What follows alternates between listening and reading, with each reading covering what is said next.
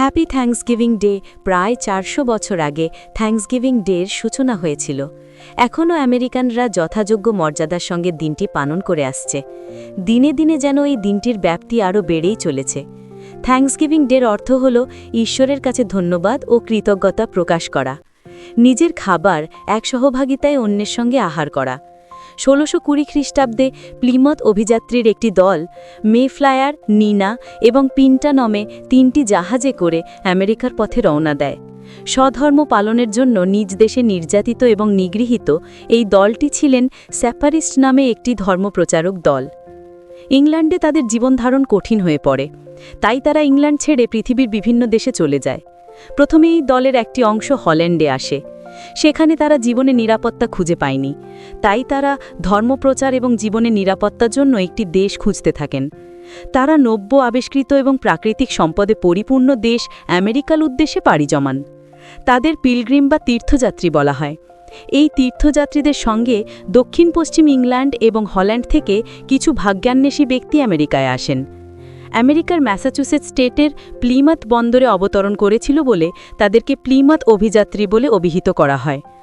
1620 খ্রিস্টাব্দে 3টি জাহাজে করে আমেরিকার পথে রওনা দেয়। কষ্টসংকুল পথযাত্রা সহ্য করতে না পেরে পথিমধ্যেই 100 জন অভিযাত্রীর মধ্যে 50 জন মারা পড়ে। শেষ পর্যন্ত এই দলটি কনকনে শীতের মধ্যে মেফ্লাওয়ার জাহাজটি নিয়ে প্লিমথ বন্দরে এসে পৌঁছান। তাদের খাবার, শীতবস্ত্র, ঔষধ ছিল না। 20 জন মহিলার মধ্যে মাত্র 5 জন বেঁচে রইল। শীতের শেষে বসন্তের প্রারম্ভে সবাই জাহাজ থেকে নেমে নিউ প্লিমাথে যান এবং সেখানে বসতি স্থাপন করে। যেসব শস্যদানা তারা সঙ্গে করে এনেছিল তাই বুনে আহারের সংস্থান করেন। অনেক কষ্ট করে আদিম বাসিন্দার রেড ইন্ডিয়ান বা নেটিভ আমেরিকান ও প্রকৃতির সঙ্গে যুদ্ধ করে শেষ পর্যন্ত টিকে যান। রেড ইন্ডিয়ানদের কাছ থেকে তারা শিখলেন কিভাবে ভুট্টা চাষ করতে হয়। অত্যন্ত ধার্মিক এই অভিযাত্রী দল নূতন দেশে প্রথম ফসল তোলা উপলক্ষে এক ধন্যবাদ প্রার্থনা ও প্রীতিভোজের আয়োজন করে। ভুট্টাসহ নানা রকম ফলমূল, আলু ও মিষ্টি কুমড়া দিয়ে তৈরি করল নানা রকম খাবার ও মিষ্টান্ন। যেসব নেটিভ আমেরিকান তাদের চাষবাসের জন্য সাহায্য করেছিল, এই ভোজে তারা তাদের আমন্ত্রণ করেন।